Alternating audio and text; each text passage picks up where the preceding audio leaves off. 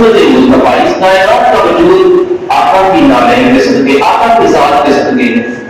عزیزان کرام، تو جس دل میں محبت رسول ہے، ادب رسول ہے، چاہت رسول ہے، وہی دل کامیاب ہے دنیا میں بھی آخرت میں بھی۔ یاد رکھیں، جو شخص جو ذات نبی عالم علیہ السلام کا ذکر کرنے والی بن جاتی ہے، جو زبان حضور کا ذکر کرنے والی بن جاتی ہے، جو شخص حضور کے ناموس کے لیے کھڑا ہو جاتا ہے، کائنات اس کے ذکر میں لگ جاتی ہے۔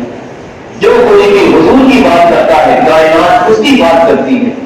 آج بھی زمانہ بڑے بڑے علماء موجود ہیں، ہم ان سے پیار کرتے ہیں، ان سے عقیدت کرتے ہیں، ان سے محبت کرتے ہیں، وجہ کیا ہے؟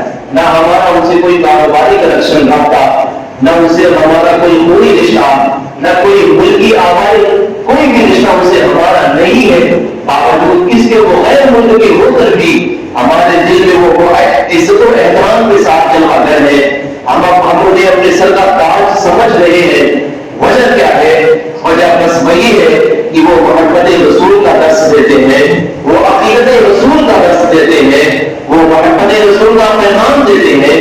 تو نبی علیہ السلام کی محبت کا پیغام دینے والا دنیا کے کسی بھی خطے کا ہو، وہ ہمارے سروں کا تاج ہے، وہ ہمارے دلوں میں معزز اور احترام کے ساتھ رہتا ہے۔ عزیزان گرامی، یونس سیدنا صدیق اکبر رضی اللہ تبارک و تعالیٰ کے صاحبزادے نے ایک دفعہ آپ سے فرمایا کہ ابا جان، فلاں جنگ میں آپ میری تلوار کی زد میں آ گئے تھے، لیکن میں نے آپ کو اپنا باپ سمجھ کر چھوڑ دیا، آپ کو میں نے کچھ نہیں کیا۔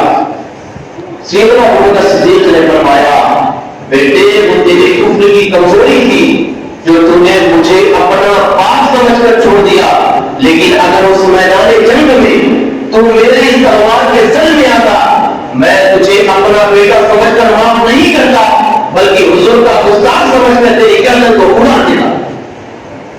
یہ محبت کی عشق کا معیار تھا عزیزان گرامی۔ اور یاد رکھیں، سب کچھ صرف محبت رسول کی بنا پر ہی قبول ہے۔ اگر کسی سے دشمنی بھی ہم موڑ دیتے ہیں، کسی سے رشتہ داری بھی اس لیے توڑتے ہیں کہ وہ میرے نبی کا گستاخ ہے، تو اس رشتہ داری توڑنے کا بھی اللہ اجر عطا فرمائے گا۔ عزیزان گرامی، سیدنا عمر فاروق اعظم رضی اللہ عنہ کی بارگاہ میں ایک معاملہ آتا ہے، کیس آتا ہے۔ ایک کلمہ گو ہے، ایک یہودی ہے، دونوں کا پانی کے معاملے میں جھگڑا ہو گیا۔ وہ دونوں جو کلمہ گو تھا اس نے کہا چلو اس کے فیصلے کے لیے، بلکہ رحمت علیہ السلام یہودی نے کہا چلو اس کا فیصلہ تمہارے نبی کی بارگاہ میں کرا لیتے ہیں، وہ جو فیصلہ کریں گے میں بھی تسلیم کر لوں گا، تم بھی تسلیم کر لو گے۔ عزیزان گرامی، ذرا تصور تو کریں، کفار و مشرکین بھی کہنے صادق و امین، ایسا عظیم اسوہ حسنہ نبی کا ہے، وہ کلمہ گو نہ ہو کر کے بھی، وہ مسلمان نہ ہو کر بھی اس بات کا یقین رکھتا ہے کہ رحمت کائنات جو فیصلہ کرتے ہیں، حق کرتے ہیں، محمد رسول اللہ کی زبان اخلاق سے جو نکلتے ہیں الفاظ، وہ جھوٹ نہیں ہوتے، وہ ہمیشہ سچ ہوتے ہیں۔ جبھی تو یہودی ہونے کے باوجود بھی وہ کہتا ہے مسلمان سے، ہمارا پانی کے معاملے میں جھگڑا ہو گیا، چلو تمہارے نبی کی بارگاہ میں اس کا فیصلہ کرا لیتے ہیں، وہ جو فیصلہ کریں گے ہمیں منظور ہوگا۔ عزیزان گرامی، دونوں رسول اکرام علیہ السلام کی بارگاہ میں حاضر ہوتے ہیں، اپنا معاملہ پیش کرتے ہیں۔ آقا علیہ السلام نے تمام معاملات کو ملاحظہ فرمایا، اور یاد رکھیں یہ ہمارا مذہب ایسا پاکیزہ مذہب ہے کہ چہرے دیکھ کر، عہدے دیکھ کر، خاندان دیکھ کر، نسب دیکھ کر فیصلے نہیں کیے جاتے۔ اگر ایک کیٹیگری دیکھ کر کریں گے، اگر وقت کا سب سے بڑا بادشاہ بھی موجود ہے اور اس کے اپوزٹ میں وقت کا سب سے بڑا غریب انسان کھڑا ہے، لیکن اگر فیصلہ غریب انسان کے حق میں ہوتا ہے تو اسلام کا یہ شعار ہے کہ فیصلہ غریب کے حق میں ہی سنایا جاتا ہے۔ کبھی چہرہ دیکھ کر مذہب اسلام میں فیصلہ نہیں سنایا جاتا۔ آج کے کچھ غریب لوگ ہیں جو پیسے کی بنا پر وہ ڈبیٹ میں جاتے ہیں، مذہب اسلام کے قانون کو تبدیل کرنے کی کوشش کرتے ہیں، لیکن یاد رکھیں ہمیشہ سے یہ ایسا رہا ہے عزیزان گرامی، جس کے دل میں خدا کا خوف ہے، اگر وہ وقت کا بڑا بادشاہ بھی ہو، فیصلہ کرنا پڑا ہے تو وقت کے بادشاہ کے خلاف بھی کر گزرے ہیں۔ عزیزان گرامی، تو جب رحمت کائنات علیہ السلام کی بارگاہ نے تمام معاملات کو ملاحظہ فرمایا. ملاحظہ فرمانے کے بعد آقا نے فیصلہ فرمایا کہ سب سے پہلے پانی لے جانے کا حق یہودی کو ہے. فیصلہ ہو گیا, ایک مسلمان کا ایک یہودی کا, لیکن فیصلہ کس کے حق میں آیا؟ یہودی کے حق میں. آقا نے فرمایا پہلے پانی لے جانے کا یہودی کو ہے. یہاں فیصلہ تمام ہو گیا. رحمت کائنات نے فیصلہ فرما دیا, امام الانبیاء نے فیصلہ فرما دیا, خاتم الانبیاء نے فیصلہ فرما دیا. لیکن جو کلمہ دو تھا وہ باہر آنے کے بعد کہتا ہے چلو اس فیصلے کو ایک دفعہ عمر فاروق اعظم کی بارگاہ میں پیش کیا جائے. جو یہودی کا اٹھے گا تم مسلمان ہو, اپنے نبی کا کلمہ پڑھتے ہو اور اپنے نبی کا فیصلہ نہیں مانتے, تب چلو نا عمر کی بارگاہ میں فیصلہ کرا لیتے ہیں, دیکھتے ہیں وہ کیا فیصلہ کرتے ہیں. اس کے بعد اس یہودی نے کہا ٹھیک ہے چلو چلتے ہیں عمر کی بارگاہ میں, دیکھتے ہیں وہ کیا فیصلہ کرتے ہیں. عزیزان گرامی, وہ یہودی اور مسلمان دونوں کریم احمد کے دونوں سیدنا عمر فاروق اعظم کی بارگاہ میں پہنچتے ہیں. وہ تمام اپنے معاملات کو عمر فاروق اعظم کی بارگاہ میں بھی پیش کرتے ہیں, تمام معاملات کو بیان کرتے ہیں. جب سب کچھ بیان کر لیا تو یہودی نے پہلے کہا اے عمر فاروق اعظم, اس سے پہلے ایک بات سن لے, یہ فیصلہ آپ سے پہلے ہم نے آپ کے نبی کی بارگاہ میں پیش کیا ہے اور آپ کے نبی نے میرے حق میں فیصلہ سنایا ہے. لیکن یہ کلمہ وہ جو ہے اس نے کہا چلو یہ فیصلہ سیدنا عمر فاروق اعظم کی بارگاہ میں کرا لیا جائے. آقا عمر نے فرمایا, مولا عمر نے فرمایا اچھا اس کا فیصلہ نبی نے فرما دیا ہے اور یہودی تیرے حق میں نبی نے فیصلہ فرمایا. ہاں نبی علیہ السلام نے میرے حق میں فیصلہ فرمایا, لیکن یہ کلمہ وہ ہے اس نے کہا عمر کی بارگاہ میں چلتے ہیں, وہ جو فیصلہ کریں گے تسلیم کر لیں گے. عزیزان گرامی, سیدنا عمر فاروق اعظم نے فرمایا خیر وہ ابھی فیصلہ کر ہی دیتا ہوں. آپ اندر جاتے ہیں, تلوار لاتے ہیں اور کلمہ دو کا کام تمام کر دیتے ہیں. سر گھر سے آپ نے الگ کر دیا. اس کے بعد شور ہو گیا کہ عمر نے ایک کلمہ پڑھنے والے مومن کا قتل کر دیا. عمر فاروق اعظم نے ایک کلمہ دو مومن کا قتل کر دیا. اور جب یہ بات رحمت علیہ السلام نے سماعت فرمائی, آپ فرماتے ہیں عمر کسی مومن کا قتل نہیں کر سکتے. ایسا نبی نے فرمایا عمر کسی مومن کا قتل نہیں کر سکتے. آقا عمر کے گھر تشریف لاتے ہیں, عرض کرتے ہیں اے عمر کیا تم نے کسی کلمہ کو مومن کا قتل کر دیا ہے؟ ہم نے سنا ہے تم نے کسی مسلمان کا قتل کر دیا ہے, کسی مومن کا قتل کر دیا ہے. آقا مولا عمر فرماتے ہیں یا رسول اللہ جو آپ کا فیصلہ نہ مانے وہ مومن ہے ہی نہیں, میں تو مومن تسلیم ہی نہیں کرتا. یا رسول اللہ اس نے آپ کے فیصلے کا انکار کیا, میں نے اس کے سر کو دھڑ سے الگ کر دیا.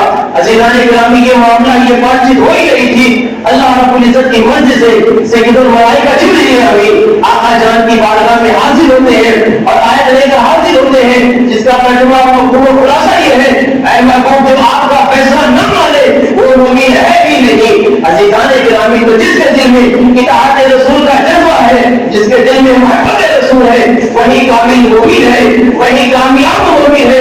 اسی کے لیے اللہ رب العزت نے جنت بنایا. اور دیکھیں محبت رسول, ایک دفعہ سیدہ عائشہ صدیقہ عفیفہ کی بات ہے, زانو اقدس میں آقا علیہ السلام اپنا سر اقدس رکھ کر آرام فرماتے ہیں. یا ہمارے لیے قیمتی بات زندگی میں ایک دفعہ ہی صحیح, جن احباب کی شادی ہو چکی یا جن کی ہونے والی ہو, زندگی میں ایک دفعہ ہی صحیح اپنی بیوی کے زانوں پہ اپنا سر رکھ کر کچھ دیر کے لیے اس لیے لیٹ جائے کہ میرے آقا علیہ السلام کی سنت ہے. اور نعوذ باللہ اگر سنت سمجھ کر بلکہ ہے ہی سنت, سنت کی نیت سے, سنت پہ عمل کی نیت سے اپنی بیوی کے زانوں پہ اپنا سر رکھ کر کچھ دیر کے لیے سو جائیں گے تو اللہ رب العزت زوجین کے درمیان بے پناہ محبت پیدا فرمائے گا. اور اللہ تعالیٰ نے چاہا اس عمل کی بنا پر وہ ہماری خطاؤں کو بھی معاف فرما دے گا. محبوب کی ادا پہ عمل ہے نا, محبوب کی ادا سے بھی رب کو بڑا پیار ہے. عزیزان گرامی, اس کے بعد سیدہ عائشہ نے آسمان کی طرف دیکھا, چمکتے چمکتے تارے نظر پڑی. آپ نے پوچھا آقا آسمان میں جتنے تارے ہیں کیا اتنی نیکیاں بھی کسی کی ہیں؟ آقا نے فرمایا ہاتھوں میں اضافہ ہے, آسمان پہ جتنے تارے ہیں اتنی عمر کی نیکیاں ہیں. اس کے بعد عائشہ صدیقہ نے فرمایا یا رسول اللہ پھر میرے والد کی نیکیاں کہاں ہیں؟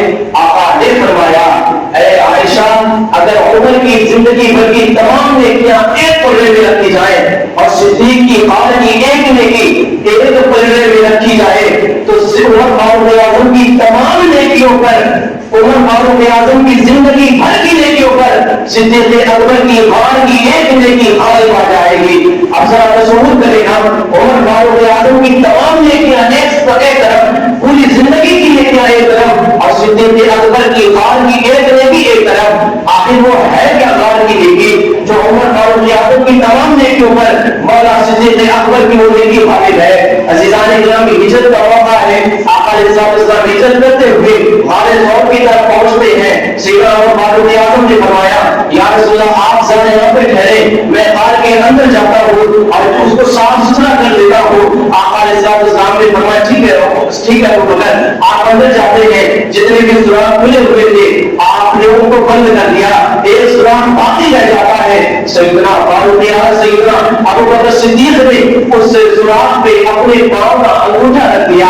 آقا جان کو اندر بلاتے ہیں، آقا علیہ السلام اندر تشریف لاتے ہیں اور سامنے صدیق اکبر پر اپنا سر اقدس و مرحوم اطہر رکھ کر آرام پذیر ہو جاتے ہیں۔ آقا اپنی رحمت والی آنکھیں بند فرماتے ہیں۔ عزیزان گرامی، تو جس سوراخ پہ سیدنا صدیق اکبر نے اپنے پاؤں کا انگوٹھا رکھا ہوا تھا اس کے اندر سانپوں سے ایک سانپ موجود تھا۔ اس کے بعد وہ سانپ نے سیدنا صدیق اکبر کے پاؤں کے انگوٹھے پہ ڈنک مارنا شروع کر دیا، ڈنک پہ ڈنک مارتا رہا، ڈنک پہ ڈنک مارتا رہا، لیکن صدیق اکبر نے اپنے انگوٹھے کو ہٹایا نہیں۔ کیوں نہیں ہٹایا؟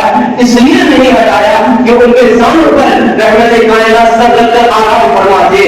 آپ جان رہے تھے اگر میں اپنا پاؤں ہٹاتا ہوں تو رحمت کائنات کے آرام میں خلل واقع ہو جائے گا۔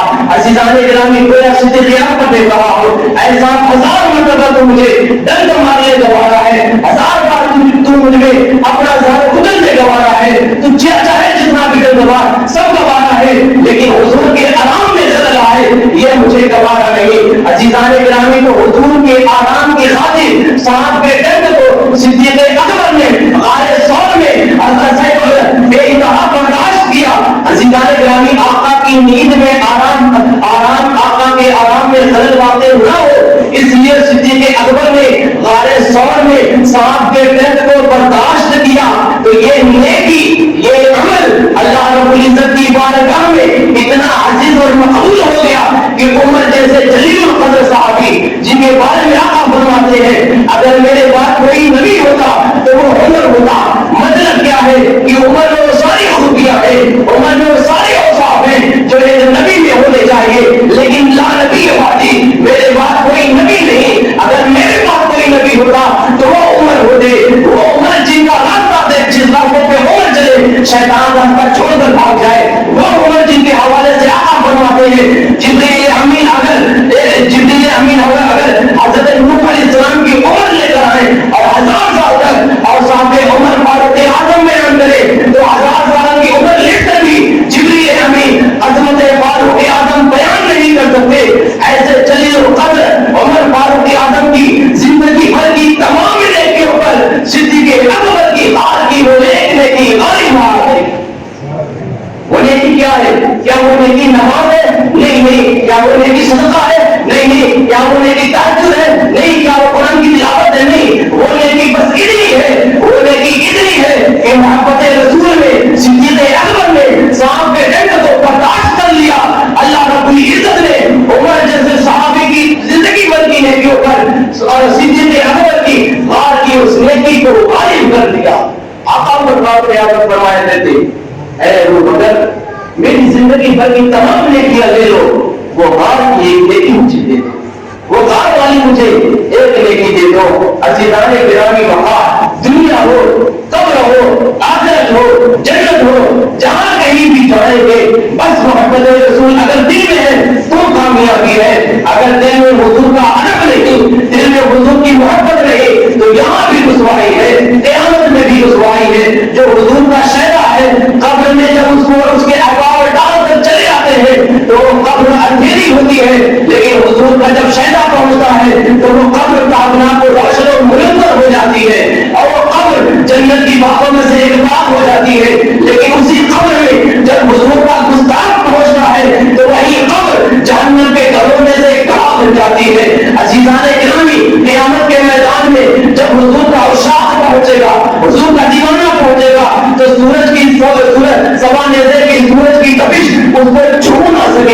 چونکہ عرش الہی کا سایہ اس شخص مصطفیٰ کو ملے گا، رحمت محمد کا سایہ نبی کے دیوانوں کے ملے گا، عزیزان گرامی کملی والے مصطفیٰ کی کملی چادر کا سایہ حضور کے دیوانوں کو ملے گا، لیکن جو حضور کا گستاخ ہے سوال